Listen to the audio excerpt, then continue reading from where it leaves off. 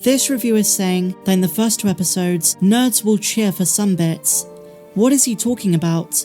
Are we in for some big surprises right from the word go? Oh my gosh.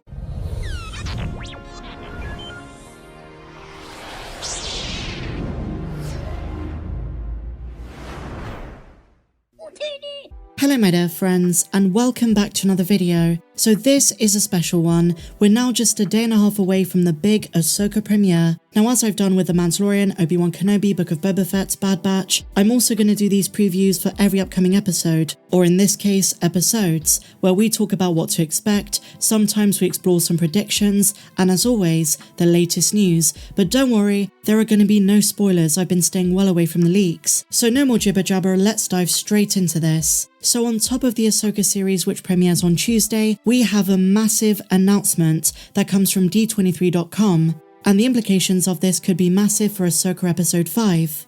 If you guys remember, over a week ago there was a featurette called Master and Apprentice, a deep dive into the legacy of Jedi Masters and their apprentices, and this got fans questioning, how is this going to apply to Ahsoka who is training Sabine Wren? Well, on top of the Ahsoka show, on September the 15th, which is the same week as Episode 5, a bit later in the week, we have a full featurette coming to Disney Plus that connects to the Star Wars Ahsoka show, and that is going to be called Master and Apprentice. It's basically a longer version of the featurette, but it's also giving us a deep dive and special look into some of the themes that are included up until that point in the series. Now this is very curious, because does that mean there's going to be something in Dave's second episode, which is Episode 5, he's also directed the first one, that indicates some added context or something that ties into that episode that needs explaining maybe for more casual audiences? Is that the episode where we see Anakin in flashbacks? Are they going to do something where they show Anakin and Ahsoka? Could that be the rumoured Anakin Mustafar scene, where Ahsoka in the alternate vision is the one who goes to that world instead of Obi-Wan to try and convince him to not turn to the dark side? And could that maybe tie into Ahsoka's paranoia and worries about training Sabine? There's no doubt, even if she knows that Anakin turned back to the light after he died, that it still haunts her, it still affects her, it's damaged her confidence in her own abilities as a master. I would say that is a very good prediction, otherwise they just release it at the same time as the premiere. Why are they waiting until the 4th week, the week of the 5th episode? Now Lucasfilm and Disney typically do the gallery stuff, where after a show drops, they do behind the scenes, but with Ahsoka they're doing this early, because I imagine there's going to be some behind the scenes stuff on this as well. It may not be the official Disney gallery, but to some extent, it is a special look. So I do find it curious they're doing things slightly differently for this one, but it also gives me a lot of hope in their confidence. In other Ahsoka news, my dear friends, Dave Filoni has given us the biggest hint as to what we can expect from the first episode. I will say you could take this as a light spoiler, but it's really not. It's just him giving us context to where we find our characters. He says this: right from the start of the show, you'll find Ahsoka is out there on the fringe of the galaxy. When she hears whispers of the big warlord's return, she decides to enlist her friend's help. And we've heard Rosario Dawson talk about the same thing. While it's currently unknown where specifically these galactic fringes are located, Filoni goes on to say this: she's a wandering samurai-like Jedi doing good deeds where she can, but always ever watchful of greater evils that may lurk, that may threaten all that's good in the New Republic. And it goes back to the video I made the other day where we broke down some of those early reactions. Our villains, except for Grand Admiral Thrawn, are introduced from the word go: Baylan, Shin, I think Morgan Elsbeth, and some reviews did talk about early lightsaber duels. And I've got to wonder, is Sabine already training? She has Ezra's lightsaber, but is she going out of her way? Does she take on some of these villains early on in the show? And if that is the case, we've got to assume she's going to have her ass handed to her. I can't imagine she has the power to take on someone like Shin, especially given the trailers where Shin literally knocks her over, and she screams at her, "You have no power." But now, my dear friends, I want to go through some more reviews for the premiere coming up tomorrow. Those were the different slant, because most of the ones we covered the other day were from those who've seen Star Wars Rebels and understand the show very well. But what about someone who has not seen any of the animated stuff? Brian David said this: I enjoyed the first 2 episodes of Ahsoka, and the best thing about it is that it's focused on telling one grand story. I've never watched the animated shows, so I don't know the ins and outs of these characters' backstories, but their dynamics are clear.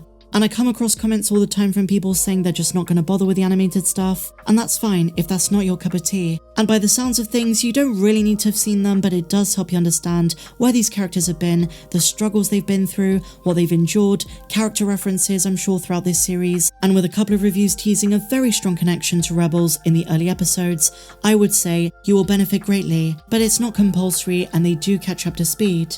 Star Wars Rebels itself did a great job for viewers who never saw the Clone Wars. It explained everything concisely in ways that they could understand, and it only focused on those things that were essential, and often through characters like Captain Rex, Gregor, and Wolf.